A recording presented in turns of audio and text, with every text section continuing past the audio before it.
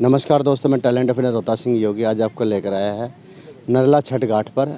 और आज पाँचम हो चुकी है और कल छठ है और कल से यहाँ पर पूजा का स्थल तैयार हो जाएगा और कल शाम यहाँ खरना दिया जाएगा और परसों छठ की पूजा की जाएगी।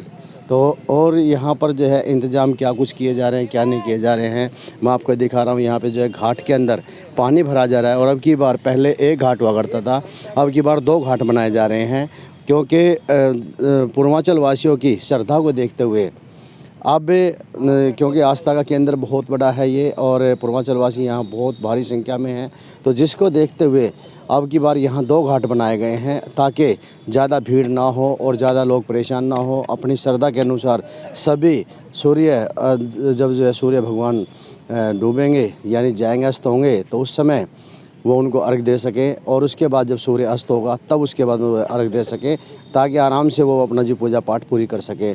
और मैं आपको कहूँगा थोड़ा सा आगे आ जाएं। यह आप ये देखिए सामने जो है दिल्ली जल बोर्ड की जो गाड़ियाँ हैं वो साफ बिल्कुल शस्त्र जो है जल लेकर आ रही है ताकि यहाँ पर कोई भी जब इस जल के अंदर उतरे तो किसी किस्म की भी किसी को भी कोई भी हानि ना हो, किसी किस्म का भी किसी को कोई परेशानी ना हो, ताकि क्योंकि आजकल जो है चर्म रोग होने का बहुत ज़्यादा खतरा है, जिसको देखते हुए इसके अंदर फैटकरी वगैरह भी कुछ डाली गई है या नहीं डाली गई वो भी जानकारी लेंगे।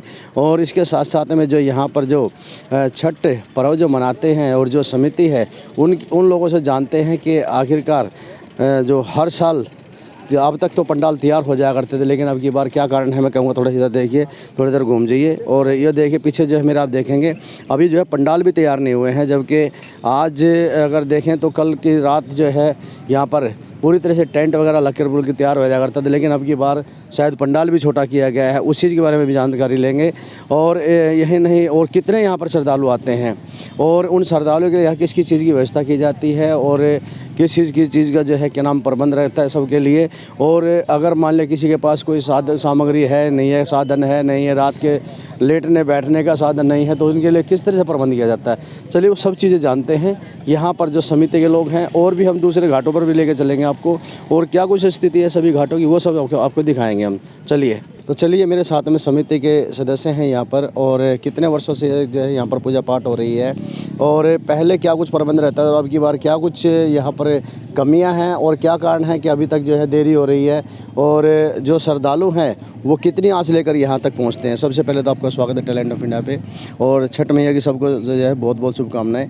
और आप जो है थोड़ा सा परिचय दे दें हमारे दर्शकों को जो हमारे दर्शक देख रहे हैं। देखिए, मैं इस छठ पूजा जनहित पूर्वांचल सोसाइटी का मैं जनरल सेक्रेटरी हूँ और ये 21वां छठ पूजा है। आज 20 सालों से सफल छठ पूजा हम करते आ रहे हैं।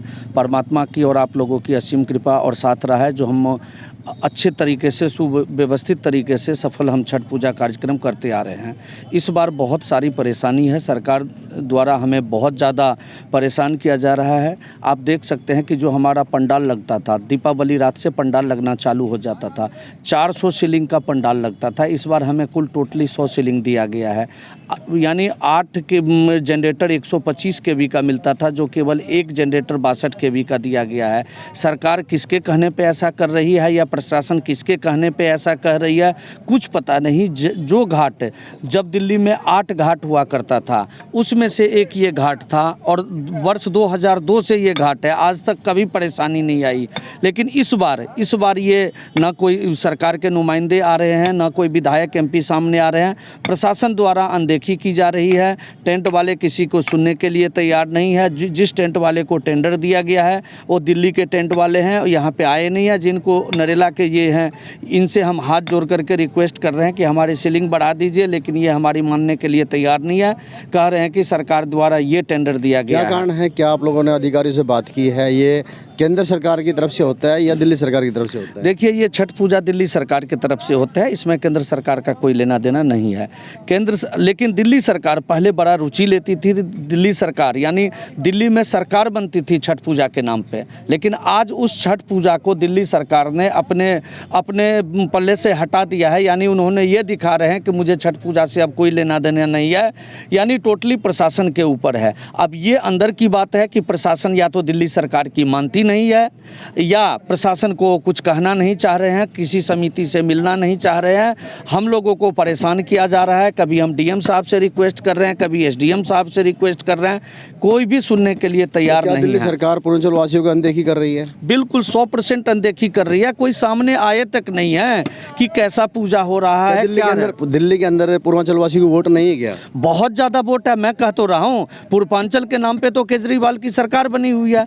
जिस नाम पे वो सरकार बनाए हैं, आज वो अपने एमपी और राजस्थान में सरकार बनाने के लिए बाट देख रहे हैं, वहाँ पे प्रचार कर रहे हैं। लेकिन छठ पूजा के लिए आप देखेंगे पूरे दिल्ली में कहीं पे भी कोई मंत्री और नेता नहीं जा रहे हैं। क्या कारण है, जब इतना बड़ा वोट बैंक है और सब कुछ होते हुए भी, और कितने वर्ष हो गए, तकरीबन जो है 30-35 साल हो गए होंगे।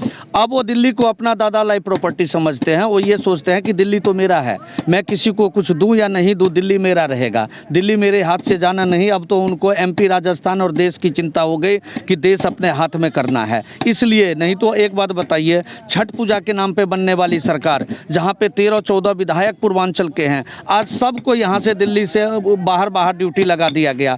कोई भी घूमने के लिए यहाँ पे नहीं आते, कोई झांकने तक के लिए नहीं आते। एक बात बताइए, जहाँ 2002 से 2022 तक 400 सीलिंग लगता था, वहाँ पे 100 सीलिंग किसके कहने से लगाए गए हैं?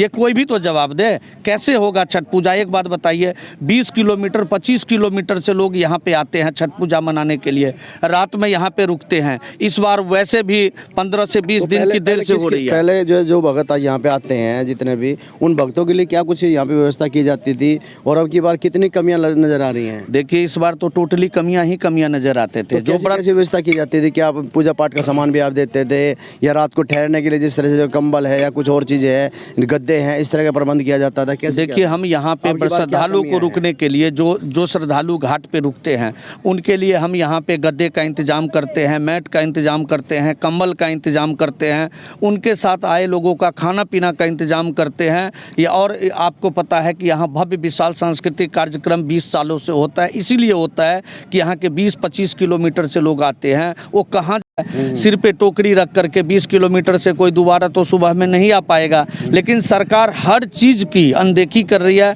अगर मान ले जैसे टेंट नहीं लगेगा तो इसमें कितना नुकसान कितना होने का डर है? बहुत ज़्यादा नुकसान होने का डर है कि यहाँ पे कैसे हम कंट्रोल करेंगे, क्योंकि आने वाले तो आएंगे, पब्लिक तो आना है, वो तो आएंगे, लेकिन हमें यही विषमता लग रही है कि हम उनको कहाँ पे बैठाएंगे, हम कैसे इंतज़ाम करेंगे। हम प्राइवेट कई जगह बात कर लिए टेंट से कि कोई भी हम पैसे दे देंगे, कोई टेंट लगा दे, कोई टेंट लगाने के लिए तैयार नहीं है, किसी के पास जगह नहीं है। बिल्कुल ठीक बात है। और मैं आपको बता दूं कि जो अगर खुले में वातावरण के अंदर ये पूजा पाठ होती है और पब्लिक रुकती है, तो सबसे बड़ा नुकसान जो होगा वो ये होगा कि ठंड का मौसम है, ठंड के मौसम में कोहरा बहुत होता है, और कोहरा जब जिस टाइम जो है यहाँ पर कोहरा पड़ेगा, ओस पड़ेगी, उस समय सोचकर देखिए जो नन्हे मुन्ने जो बच्चे होंगे, जो भगत होंगे, वो उस ठंड के बीच में उनकी क्या हालत हो सकती है। और यही जो है क्या नाम इन लोगों का कहना है कि क्योंकि पहले जो है यहाँ पर पंडाल बड़ा हुआ करता था, जिसकी वजह से जो है वो सब उस पंडाल के नीचे आराम से बैठ जाया करते थे, और यहाँ पर जो सांस्कृतिक कार्यक्रम होता था रात भर अपना वो सांस्कृतिक कार्यक्रम भी देखते थे और अपना भक्ति भाव में भी लगे रहते थे। यही सब चीज़ों का जो है कहना है। और जो है अगर मैं आपसे बात करूँ कि कितने साल हो गए और कितने तकरीबन जो है कितने भगत आ जाते हैं यहाँ पे?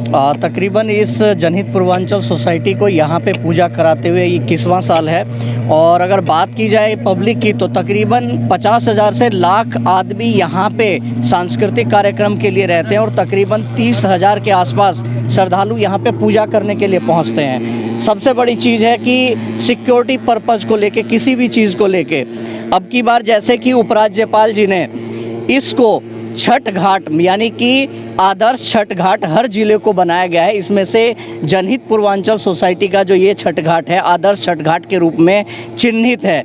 और इस छठ घाट की ये परिस्थिति है कि आज यहाँ पे आज जो कि सब कुछ तैयार हो जाता था, इस टाइम पे सारे टेंट लग जाते थे, सब कुछ की परिस्थिति पूरी थी, लेकिन आज की डेट में यहाँ आप देख रहे हैं कि ज़मीनी स्तर पे सब खाली पड़ा हुआ है। तो क्या कुछ मांग करेंगे आप? अभी हम तो मंत्री भी देख रहे हैं, हम अधिकारी भी देख रहे हैं, हम सभी सरकार से, सभी मंत्री से, जितना भी तंत्र है, उनसे एक ही रिक्वेस्ट करेंगे कि ये जो पर्व है ये पर्व बहुत ही बड़ा पर्व है। आज इसके लिए हर नेता अभिनेता हर जगह इसी चीज़ के लिए आता जाता रहता है। हमारी आपसे रिक्वेस्ट है कि अब 2 दिन का वक्त बचा है, अभी भी आप जाग जाइए, अभी भी हमारी जो कमियां हैं इस चीज़ को पूरा करिए।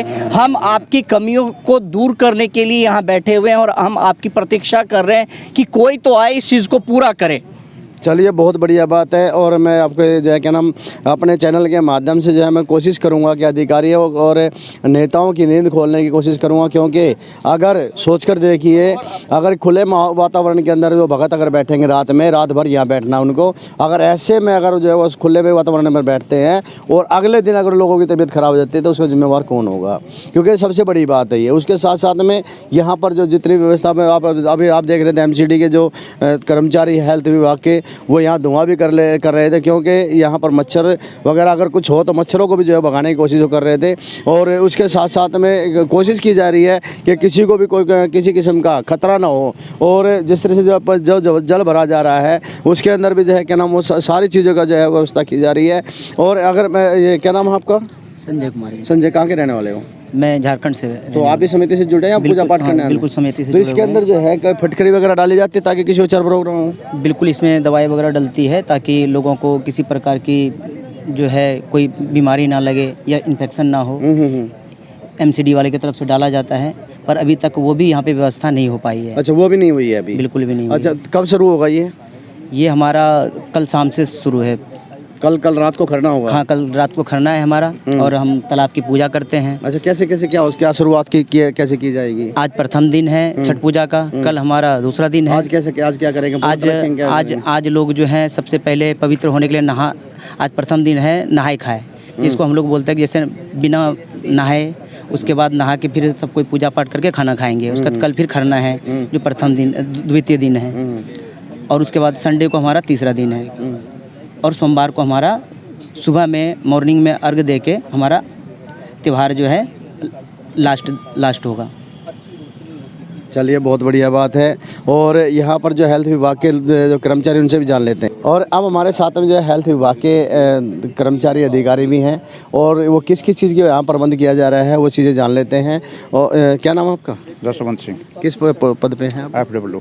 अच्छा, अभी जो है कि किस चीज़ का प्रबंध किया गया है? क्योंकि अब काफ़ी मात्रा में यहाँ भगत आते हैं और वो सभी जो है और जल भरा जा रहा है आसपास में, क्योंकि गंदगी तो पहले से ही है और उस गंदगी को तो थोड़ा बहुत साफ भी कर दिया गया, लेकिन खुले वातावरण के अंदर मच्छर मक्खियाँ तो परेशान करें। तो आप किस तरह से बचाने की कोशिश करेंगे? मच्छर के छिड़काव करेंगे, मच्छर मारने की दवाई का चारों तरफ, जहाँ भी पानी भरा है, जहाँ गंदगी है वहीं पर दवाई करेंगे। अच्छा, अभी जो जल भरा जा रहा है इसके अंदर क्या कुछ किया जाएगा? क्या कोई केमिकल डाला जाएगा? क्या कुछ डाला जाए ताकि किसी को चर्म रोग ना हो? इसमें ये डली डला जाती है इसमें दवाई। अच्छा, हाँ, वो डाल दी जाएगी। तो तकरीबन कितने कर्मचारी आपके लगे हुए हैं इसमें? हमारे 9 कर्मचारी लगे हुए हैं। ये कब तक रहेंगे यहाँ? ये छठ पूजा तक रहेंगे। जब तक छठ पूजा पूरी नहीं होगी? हाँ।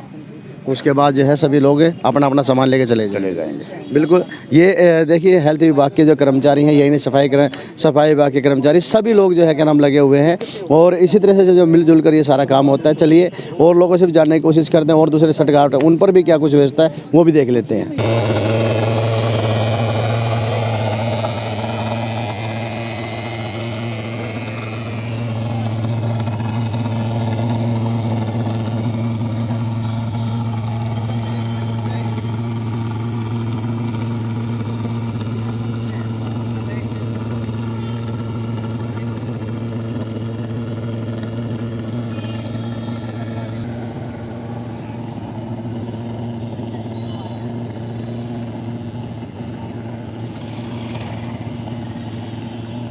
कमल जी, किस तरह की व्यवस्था की जा रही है? क्योंकि बताया जा रहा है कि अब की बार यहाँ छठ घाटों पर जो है जो पहले व्यवस्था होती थी उसमें कमी की जा रही है, क्या कारण है?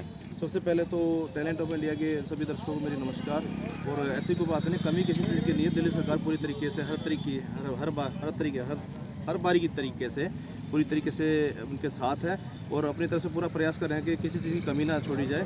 और साथ में MCD भी हमारी जो है दिल्ली सरकार के साथ मिलकर इसको सफल बनाने का प्रयास कर रही है। कमल जी, अभी जो बताया गया है पूर्वांचल वासियों की तरफ से कि पहले यहाँ टेंट जो है बड़े मात्रा में लगता था, क्योंकि श्रद्धालु बहुत बड़ी जो है भारी मात्रा में आते हैं, तो जिसकी वजह से जो है रात में अब की बार जो टेंट को छोटा कर दिया गया है, जो ऊपर का सामियाना है उसको कम कर दिया है, जिसकी वजह से रात में यहाँ ठहरने वाले जो जितने भी श्रद्धालु होंगे उनकी सेहत को ख़राब होने का जो डर है यहाँ पे। तो क्या उसको जो बढ़ाने की कोशिश की जाएगी नहीं की जाएगी? देखिए, ऐसा मेरे भी संज्ञान में है कि कुछ जगह पे टेंटों को छोटा कर दिया गया है। अब इस विषय में एसडीएम साहब से और डीएम साहब से बात चल रही है, और हमारा प्रयास रहेगा कि जो पिछली बार की तरह हर बारी जो सुचारू व्यवस्था रहती तो हमेशा की तरह इस बार भी रहे। अब की बार आपके क्षेत्र में कितने छठ घाट लगे हुए हैं तकरीबन? लगभग जहाँ तक मुझे मेरे नोटिस में जो पास है जो वो 4 घाट है मेरे वार्ड में जी। तो बाकी छोटे मोटे और भी तो घाट होंगे, तो उन लोगों की कोई व्यवस्था की जा रही नहीं की जा रही? उन लोगों को हमारी तरफ से प्रयास किया जा रहा है कि सरकार की तरफ से उनको मदद की जाए, लेकिन जहाँ पे सरकार अपनी मदद देने में असमर्थ है तो वहाँ पे हम अपने लेवल पे उन लोगों की मदद कर रहे हैं। एमसीडी कितनी सहायता कर रही है वहाँ पे? एमसीडी बाकायदा सारे डिपार्टमेंट जितने भी एमसीडी के और डीसी साहब बाकायदा बढ़ चढ़ के हिस्सा ले रहे हैं, बाकायदा यहाँ पे विजिट कर रहे हैं हर घाटों पे, और देख रहे हैं कि कोई मच्छर का समस्या, कोई कूड़े की समस्या, जो भी एमसीडी संबंधित है सब उस पर अपना प्रयास कर रहे हैं, 100% अपना दे रहे हैं। अगर किसी का स्वास्थ्य खराब हो जाता है तो ऐसी स्थिति में क्या कुछ इंतजाम किए गए हैं? देखिए, हमारे प्रयास रहेगा कि दिल्ली सरकार की तरफ से एम्बुलेंस की व्यवस्था की जाए, अगर किसी का स्वास्थ्य खराब हो जाए तो साथ में तुरंत उसको अस्पताल पहुँचाया जाएगा।